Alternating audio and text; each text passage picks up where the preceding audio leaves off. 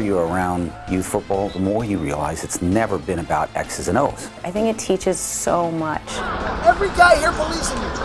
No one does it. Youth tackle football is where you learn. I mean, you just learn so much about yourself. I would not be the person I am without the sport, and it's probably why I'm coaching today.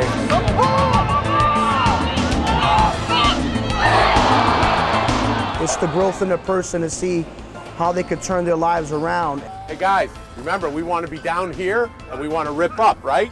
I think it's as safe of a time as we've ever had because of the scrutiny, because of the supervision. I think the biggest thing about youth football in terms of the concussion factor is it has responded.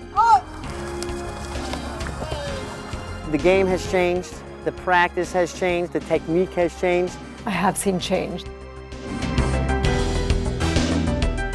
They both started youth football. They loved it. They were football players from the beginning. They played high school, both of them. These kids learn such great lessons. They learn teamwork, they learn determination. I mean, what game is that you get knocked down, get back up, knocked down, get back up? There's accountability, there's value.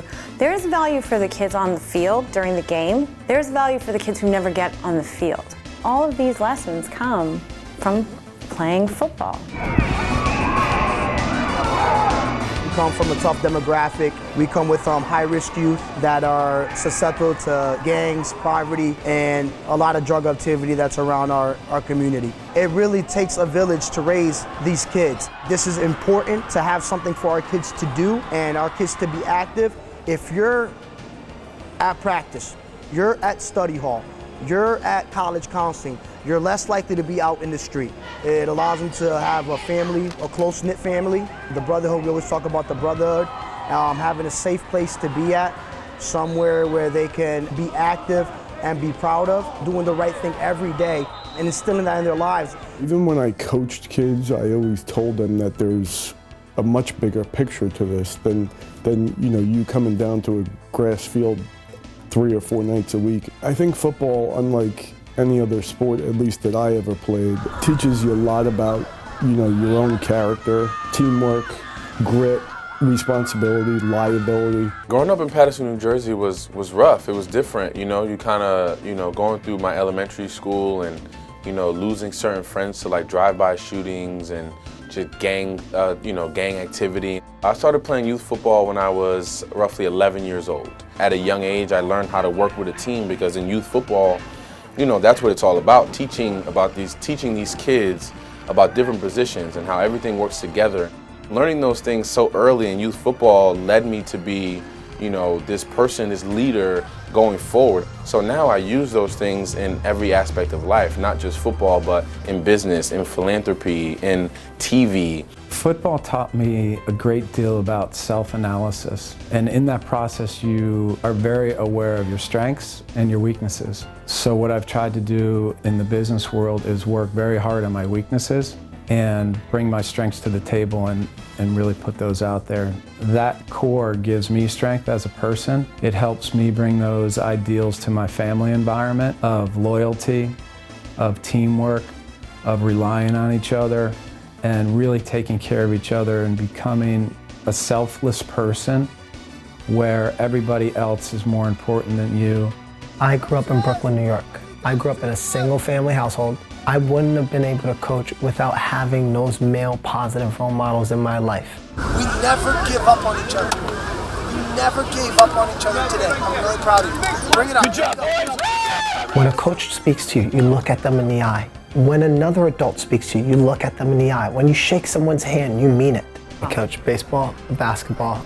Football is probably the only sport I've ever been a part of that has to have every person on the team or on that field at that point do things the right way in order to be successful at it. 1, 2, 3, 4. Great job. When you're in playing football, the desire to be great around a team, you're just a piece of the puzzle. Teaching discipline and sacrifice and humility, I think, are the lessons that we're losing in today's youth. To me, one of the greatest inventions is not the internet, it's the huddle. Get in that huddle. It resembles the boardroom. Accountability, stick-to-itiveness, all these things that are important in life, they matter so much. when not only when you're in the game, but when you're outside the game. I show up on that Sunday and I see the kids' faces. I see them through the face masks. I see how this is so much more about them. They may have lost the game. 2 minutes later, they're hugging, they're talking about the chocolate bar. They could care less, right? It's about the life lessons learned. Football's played a big role in my life, and I had a good time playing. It played a big role in my development, and eventually I was looked at by college teams and ended up going to Columbia. And I appreciated the camaraderie, the working together, trying to reach a goal, and it was important to me. Head is on a swivel, you're looking both ways, ready. The important side of why do you play youth football, or why do you play high school football? In addition to being a competitive sport, it teaches you a lot of life's lessons. It's an important part of a lot of these kids growing up. They learn respect, they learn how to show up on time, they learn discipline, they learn hard work pays off over time. These are things that are hard to learn in life today. Football has had such a profound impact on my life. I grew up in a town where most kids went to high school and then just went onto a trade. My parents are not college educated, so the thought of me going to school, and my father, was disabled, so I mean, we didn't have the financial wherewithal to pay for college.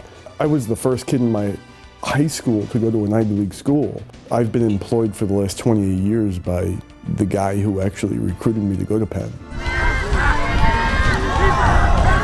We get teens that come in that already possibly went through the incarceration crisis at a young age, and it's a turning point at 13 and 14-year-old at that freshman level. And we have individuals that really turned the corner and changed their life for the better and graduated and went on to get college degrees. It's a way to make something better of yourself.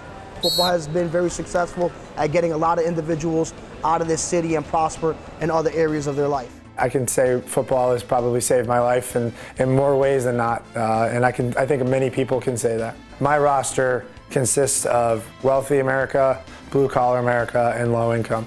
We have 4 low-income housing buildings, and 40% of my roster comes from those buildings. Without football, they would 100% be doing something negative, all 40%. I can say that pretty strongly because some of those kids I've gotten out of those situations to join the football team and now are going to graduate when they never were able to graduate. And they're going to be eligible to go to college if they don't want to play football. This sport has just given me so much. I mean, it's opened so many doors for me. Just friendships and people that I would have never met if I hadn't played football. Resources that I would never have had if I hadn't played football, leadership capabilities and teamwork capabilities that I've learned. Without football, I don't know where I'd be to this day. It's first and foremost, you don't have a season, a team, a league, a football program unless people feel it's safe.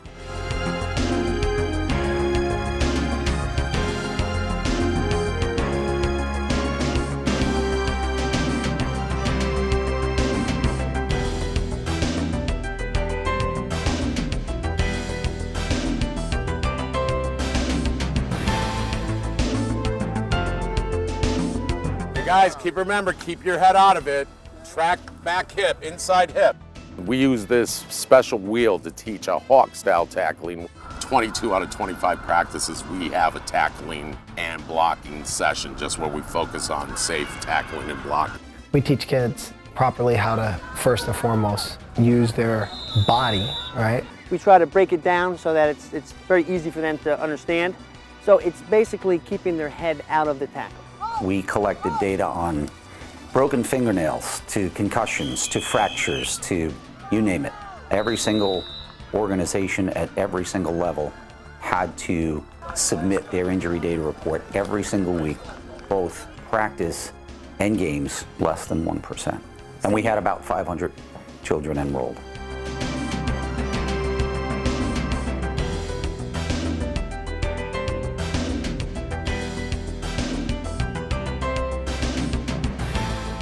I think when people look at the unsafe things about this game, they're also tying it into a time where coaches weren't regulated.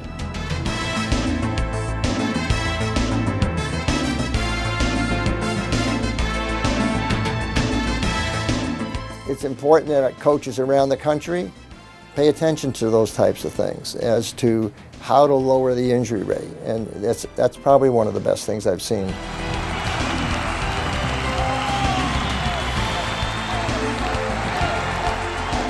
I put a lot of faith into the coaches, and they really do. I've seen it firsthand how much they teach our kids to do things safely. The kids are more prepared, and the technology of the equipment is much better. We started the year with 227 kids in the program.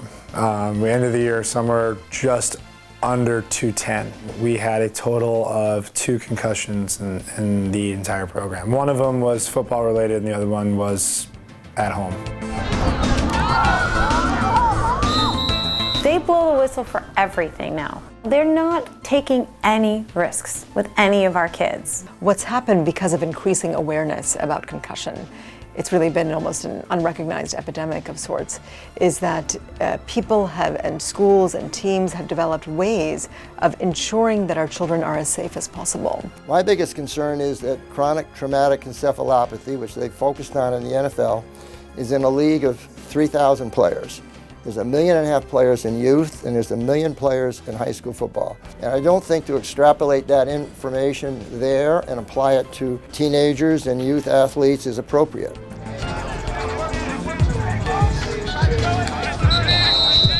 Obviously, from a professional level, these guys are 200 plus pounds, some 300 plus pounds, and they're going at each other in a violent way, and that's how concussions happen. But this is not the NFL. The velocity of the hits at kids this age just isn't up there at the same level. It's like comparing apples and oranges. You can't compare, tackle football with professional football. The NFL is not college football is not high school football, and high school football is not youth football. I like the fact that there's been a lot of attention brought to it because it did make us change. I have seen change. The change I've been most impressed with is the early detection and the communication. What we find in my clinic is that when a child sustains a concussion and when that concussion is quickly diagnosed and the appropriate circumstances and medical advice is followed, that typically we can really minimize any neurological consequences to that. I think the biggest change which has occurred, not just in tackle football, but in sports across the board, is the education about concussion. We're getting more and more data about concussions. The fact that concussions can be subtle, they might be missed. Education, education, education. Everybody is better educated. And I think that there's a level of excellence that we have now taken upon ourselves to achieve. I think that wholeheartedly. If you're going to play, it is probably the safest time to start playing. We see a wide variety of sports. Typically, most of the concussions we see are in soccer, ice hockey, wrestling, and football. I see concussions occurring in many, many different sports, all different age groups. Nobody is saying that there's no risk with tackle football, but it's the same risk which will be there if you let your child play soccer and the child is heading the ball, lacrosse, ice skating. My girls, over time, being athletes themselves, came home with probably more injuries in their respective sports than my boys did. In every sport, you identify the risk. Once you're aware of the risk, you figure out how to make the sport safer. And I think tackle football, just like any other sport, has been made very safe. Flag is an interesting approach. It's a good game. But what I'm surprised at is nobody asked what the injury rate is.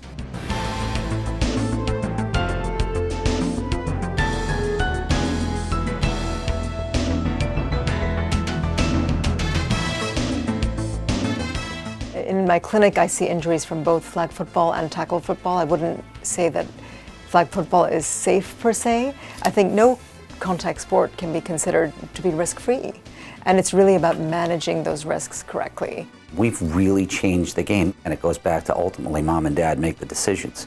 And so they're going to make it based on safety. It certainly has a risk of concussions, don't get me wrong.